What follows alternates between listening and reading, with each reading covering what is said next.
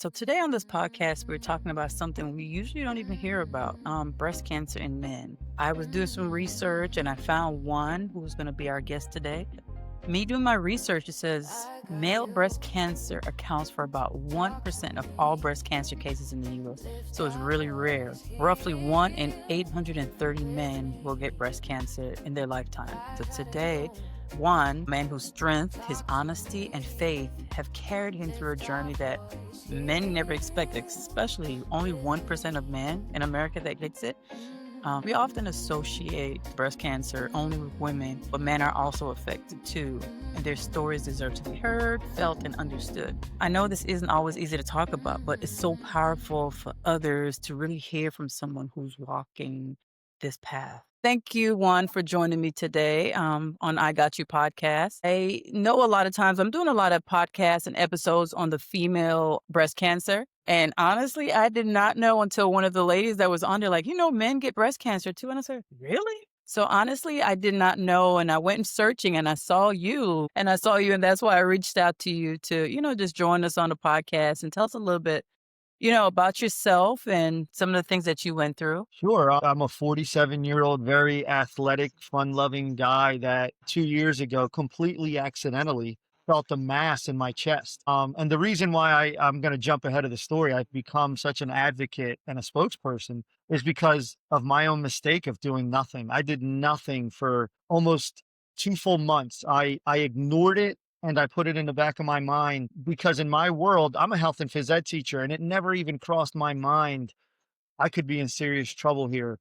And it wasn't until my wife actually put her hand on my chest lovingly in our kitchen one day and then jumped back and said, what is this? And I said, oh, it's nothing. I probably bumped myself or something else. And, within an hour, I was on the phone with my doctor and he was like, yeah, I don't like the sound of that. I need you in my office immediately. And that literally led to a whirlwind of things that I never thought could be possible. A mammogram for a man, an ultrasound followed by a biopsy. All that was just completely thrown at me. And it started a journey where, a double mastectomy followed by chemo medicine, tamoxifen, which gives me hot flashes. I'm not embarrassed to admit that. My wife laughs at me all the time and says, now you know what it feels like. It feels like, right.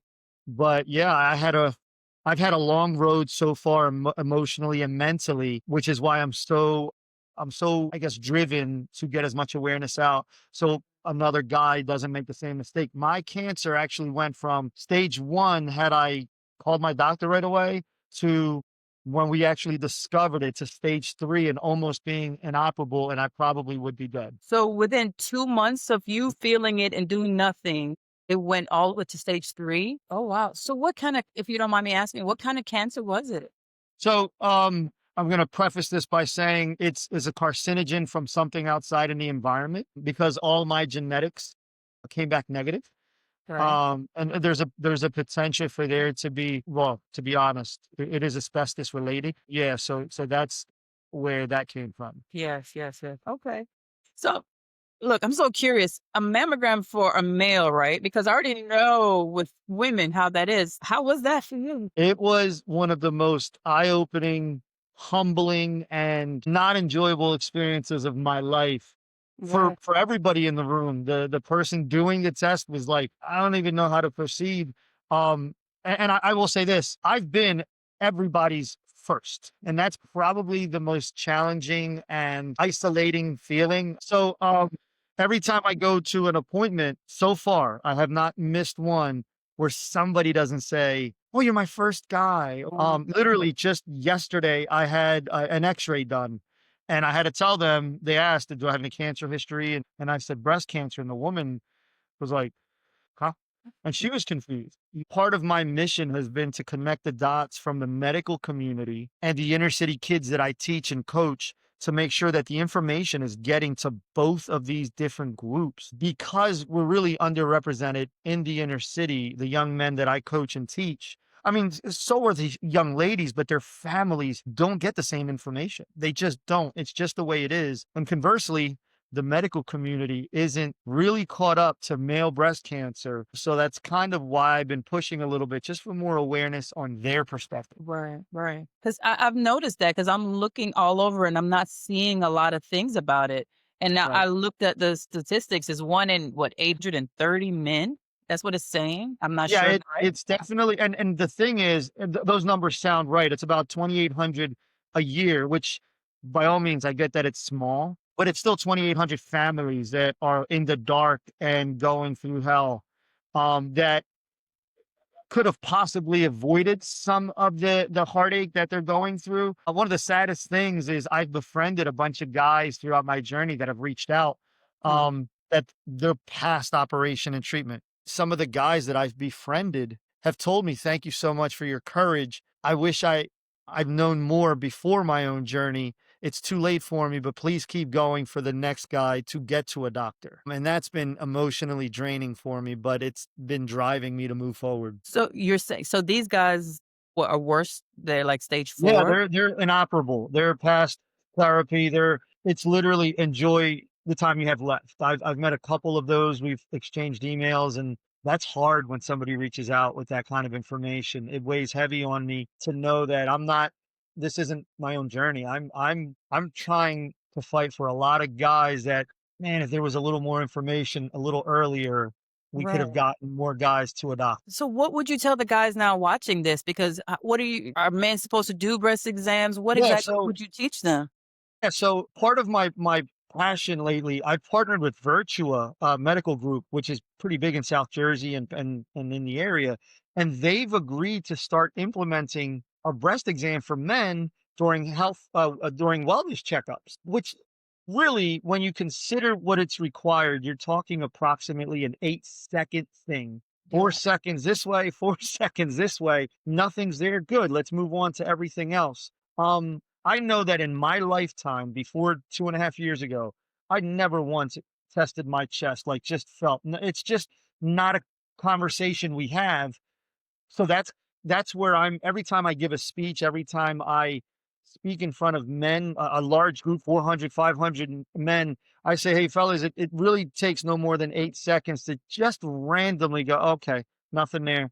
I'm moving on." That's And the other part of this is culturally, we've kind of ingrained in our Spanish and Black families, we don't go to the doctors. We don't even talk about being sick. We don't talk about needing care. My dad, before he passed, I can honestly tell you, my memory, I don't remember him going to a doctor for right, right. anything. Like there was no missing work. There was no, I need to get a checkup or anything like that. So I'm trying to change that taboo. I'm trying to Right. change that culture where it's okay for one of my baseball players to go home and ask dad or uncle, like, "Hey, have you been checked out in the last year?" Or just anything, a heart exam, anything. Have those conversations so it's not so foreign if we do get to cancer conversations. Right, because even like you were saying, even in the Black community, even with prostate cancer, a lot of people are like, don't wanna go do those exams because their minds is saying something different. Instead of Exactly taking right. care of their health, they're worried Mhm. about other things, so I'm glad you're on here talking about these things. Because if I had a son, I would never even be able to tell him, "Yeah, make sure you're checking your breasts." With the women, with the daughters, you would. Right, of course, and not that it's just that we have not been cultured to say any of those things. Yeah. Like, I have 3 sons, and they've all played sports their whole lives. They all played football, and every October, "Dad, can I get pink tape? Because it's, breast cancer awareness," and they put on the pink tape, and then we would like, "Why are we doing it?" "Oh, because such and such's mom is sick," or "Cool." And then I got sick, and we're like, "Wow, things are a little different now," and we realize that there's a pink and blue ribbon that the American Cancer Society now uses full time because of the work that we're putting out there to let guys know, hey, it's not all women. This is something that affects us too. And the numbers are slowly going up, which is the scary part. Yeah, yeah. How did your family react to it, though, once they heard that? It was devastating. Devastating. It's a real moment in our lives that I'll never forget. My key was going into the lock of our front door. Our car was fully loaded. We were driving to vacation to Disney World. The kids were in the car. The luggage was on the top of our minivan. Like they were like, "Let's go. We got to beat Washington D.C. traffic from New Jersey." And I'm locking the door and my phone rings. And I'm like, "Okay, I have to answer this because it doesn't look like something I should let go to voicemail. Right. And it's literally the call that I don't wish anybody to get. And the way they say it, I respect it. It's Mr. Namden, I'm sorry to tell you, your results came back and you do have cancer. You do have breast cancer. And you're standing there going, he's talking to me. And I just kind of signaled to my kids to get out of the van. My wife and I and our three sons who are grown. I mean, they're not little boys. We just huddled in our living room and we cried. And then part of my conversation with the doctor was, do I need to get to you guys right now? Or can I go on this family vacation? And he said, you have the greatest 7 days of your life. For Monday morning, when you come back, we have a lot of work to do because we need some Right. work to do. Right. And Did that's what happened. Wow. Did they ask if you were in a safe place before, if you were driving? Did it? Because sometimes this is the second time I'm hearing how they deliver the news at times. It's just so devastating. No, no, and that's also been part of where I've tried to reach out to people is at the support group. In my wildest dreams, if I didn't have my family at that moment, the person on the other line, it's not that they didn't care. That definitely would come out wrong. That's not what I'm implying, but it goes so much deeper that people need in the medical community. They need to understand that if you're going to have somebody go through what they're going to go through, let's find out what kind of support group they have and let's start pointing the way on how to get more support. Because my wife and I were in the dark. There was no pathway for male breast cancer. We had no idea what to expect. We were figuring things out, approaching our mastectomy. I say my wife and I are in this battle together, but little things like nobody told us I was not getting a shirt over my head for weeks on end, that I would need button down shirts. Nobody told us that. So I have my surgery and she's cutting t-shirts for me to be able to put something on. If she was running to the store to Mhm. buy me button shirts because I wasn't able to do this to put on a t-shirt. Um, So like those types of conversations people never had. So I'm trying to be an outlet for anybody that may have questions. yeah. Wow. What was the hardest treatment for you, physically or emotionally? Emotionally, emotionally it was devastating for me. The moment that I like to talk about the most, and I definitely don't want to scare anybody, but it's the reality of the situation. The first time my bandages were removed, I collapsed and crumbled when I saw myself in the mirror. I actually passed out Did you? from shock because my entire life I had worked out. I'm a high school sports coach. I'm proud of the way I look. I'm proud of my work to my body. Not that I'm vain, but when I realized how much trauma I had gone through and how different I looked, it really was the biggest shock to my system that if it wasn't for my wife to be able to help me get up off the floor and get through that moment in my life, that was by far the hardest, the lowest I was amongst my physical therapy when I realized I can't do a lot of what I used to be able to do. So I needed my physical therapy. How did this diagnosis change you physically, emotionally, mentally, how you look at your family? God, it's so cliche to say. I can't tell you how much I appreciate the little things in life like I do right now. I mean, I've said this before and I've meant it and I get emotional when I talk about it. So forgive me. I'm feeling myself a little bit. I had a moment that I realized, am I going to see my sons graduate? Am I going to be able to celebrate a wedding? And when the answer is I don't know, that is heartbreaking. And physically, I've been in pain before. I'm an athlete. I've hurt, my ankle or arm, whatever. Emotionally, to not be the dad that I want to be or wanted to be was the hardest thing I had to get over. To not be the husband to my wife and I have been together since our freshman year of high school. Oh, wow. When we teach at the same high school that we met at, we've been here 20 plus years together. To not know any of this was the most emotionally draining part of it all. Yeah, I bet. Oh, God. What were the moments, though, that made you feel hopeful, like a turning point in your life? Reaching individual people when I speak has been the most rewarding um part of this whole journey. Before I went through this and being a high school baseball coach to really amazing young men that are from the inner city, and when I help them get into a college, and then when they send me a picture with a big heart of them graduating, that's been my carrot. That's been my motivation. So fast forward a little bit, and I've had guys come up to me, and I'm talking established men in the community of all races, black, white, Spanish, and they say, I had no idea that this was a possibility, and I'm going to check. I'm going to do my diligence with my sons or my dad or with my uncles. That drives me and creates so much happiness. I've been on on a game show last week, and the host afterwards was like, "Because of you, I'm changing the way I think about things." That blew my mind. Like, okay, I'm reaching everybody now, not just my everyday guys. I'm reaching celebrities and college coaches and professional athletes. So that's You definitely are because, like I said, me searching for something like this, you were the one that stood out. I can't really find a lot of men that are talking about it. And it's sad to hear that you're saying people are reaching out to you, but it's so far along already that it's Mhm. sad just hearing that. So, wow. But what do you think? What would you tell men listening to you now? I know you were saying just 8 seconds, right? But how would you drive it in for them to understand you need to know your body fully, Yeah, even if it's for not sure. breast cancer, you know? No, my whole plan in all this, my whole goal is to change the culture of the folks that I work around and I live around and I teach in that we have to change the way we are as far as I'm a man, I don't have to go to a doctor. I'm a man, I don't this hurts, it's gonna get better. That whole attitude has to change given what we have in society as far as outlets for medicine and screenings and free clinics that are sitting there for people that need it, that we just ignore it because my parents didn't go, my uncles didn't go, and that said for everybody that we got to change that. That's really where the narrative has to change, in that we got to stop being so macho about it. And there's nothing wrong with admitting, like, man, something feels wrong. Whether it's my heart, whether it's my lungs, my chest, just acknowledging that and picking up the phone is the step in the right direction. But like with me, I ignored it. And when I tell you I ignored it, I mean, like, I felt it and I went, nope, it's nothing. That literally almost killed me. And that's kind of where I want to drive this home to as many men as possible, that it doesn't really take much to pick the phone up or to send an email or send a chat. I mean, there's so many ways to reach a medical doctor that there's no excuse. There's just no excuse. And we owe it to our families. We owe it to our kids, to our spouses, to the next generation for us to be there.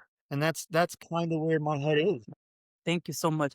What would you tell the doctors, healthcare providers, or the public mostly about even breast cancer in males? That it's real and it's growing, and it's not the doctors are wonderful. The doctors that I've been involved in, they're amazing. It's the medical community just shy of the people with the medical degree, the nurses that are training, the people at the reception area. Every center that I went to get tested at is a women's breast center, women's cancer center, women's healthcare center. And the one time, and I think a woman was like shocked, but then she understood where I was coming from. I had gone to this one center for a bunch of tests over and over again, and they had a beautiful 8-foot pink ribbon tree. And I said to the woman, my next appointment, I'm bringing a pink and blue ribbon, and I'm hanging it up there for the next guy to walk through the door for them to know that there's a little bit of light coming down the road. And I did. I came in with a pink and blue ribbon one day, and she was like, oh, yeah. And they kind of realized how much it meant to me for me to hang that up on that little tree. But the whole thing is that their words matter so much. And they're so quick to talk to try and make people feel better, which I love and I respect. But telling me I'm your first male patient, I always joke when I get comfortable with them. I say, would you imagine if we all took our sweet ride, our car to a mechanic? And he was like, oh, I've never worked on this. I'm so excited to work on this car. We would take the car key out of their hands and say, no, I'm good. Thanks. I'm going to go to the next person that's worked on this car. I'm that car. Like, I'm that model that you've never worked on. So I'm trying to get that message out to the medical community to understand, like, words matter. Isolation in the head matters. I love that. I was gonna not ask anymore, but one thing I wanted to ask, right? Did you ever question your masculinity, if you don't mind me asking that, or your strength through this process because you always saw women pink, pink, pink, and now you're Yes. the lone man? Amazing question. Yes, I absolutely did. I'm a proud Latino male. The older generation has its stigmas that I grew up in that world where boys don't wear pink. Boys, like, something that we need to move forward. But naturally, everywhere I went that had pink ribbons, everywhere that I went, I felt smaller and smaller in that I'm not understood here. I didn't feel comfortable getting the same care imagine something so small as, okay, we're going to need you to change out of your clothes. Please put this gown on. And it's a pink flowered gown. Now, I'm a proud guy and I don't have daughters, but I have nieces that I love and sisters. And I'm the one wearing that pink gown. I felt small. I felt like, okay. And it's, oh, this ain't a men's medium or large. This is a woman's medium or large. Like, okay. Like, I mean, and how embarrassing that was. So I questioned it. I questioned, like, boy, I look different now. I don't look as masculine as I used to. I didn't feel as strong as I did emotionally, mentally, physically. That all was part of my journey back that required a whole lot of mental work. Okay, good. Because I don't know if you know, this podcast started because of I lost my daughter. And I'm doing this podcast to just show different people's stories, their loss, their grief, everything that they're going through and how they are getting through it. Because that is helping me to get through some of the things I'm going through. I'm so sorry. Did you get counseling, or is it because your family's there with you? So is that what helped you through this and is what's helping you through it? Yeah, so one of the biggest things that I realize is I made the mistake of thinking I was alone. Okay. Um, my lowest point. It was just my wife and I, and she drove me to be more open, to talk more about what I was feeling. My baseball players here at school, I finally allowed them to come into my journey early on. And then they started bringing me back as little things like sending me a video on the phone. Coach, how's my swing? I'm working on this. My God, my brain still works like it used to. I can still give them something, a piece of me. And I started realizing, okay, I can give back more. All I got to do is open up a little bit. And I had a couple really close friends of mine that would come every day and sit in our living room and just let me talk. And they just listened. And that was my therapy. And I did talk to some professionals. I had to. Um, because that was needed. It wasn't until like I said, I had that moment where I need to talk about this. And then I kind of flipped the switch and I realized I had to make my journey about other people now. Once I got over the point where, okay, I'm going to live, even though I have a tough road ahead, I got to start doing something for other people. And it's not about me anymore. So I hooked up with the American Cancer Society and I became a speaker and an ambassador because I needed to make my journey like I don't want to sound cliche, a beacon of light for everybody to go, okay, yeah, there's the information I need, I've been looking for. I felt like I needed to be that person. And that's where we are today. That's where I'm going this way now. I'm done looking back. I really appreciate this. Thank you so much, Juan, My because pleasure. Thanks for having me. this was really good. And I'm going to put this out again. I know I'm just a small podcast, but people need to hear it, you I'm know? blessed that you even thought of me. Here's the thing, what you're doing means the world to me because we may reach one person that may just that one person that goes, you know what, that guy that I just heard on I Got You, maybe I should check myself out. And I really appreciate you being on. Thank you so much. All My right. pleasure. And I promise you, let's not make this a October thing because that's my whole thing. I've been all over this month. I've been on every major news station, game shows, publications, and it's wonderful. I love it. But then you But forget about it. what about December, January, like all these guys that don't hear? So that's why I do stuff all year round. And Yes. that's just, we got to do it. I appreciate you so much. Thank you. I'm grateful. Thank you so much. And All I right. hope to hear from you soon. Thank you. You will, definitely. Bye. Thanks, Juan. Bye bye.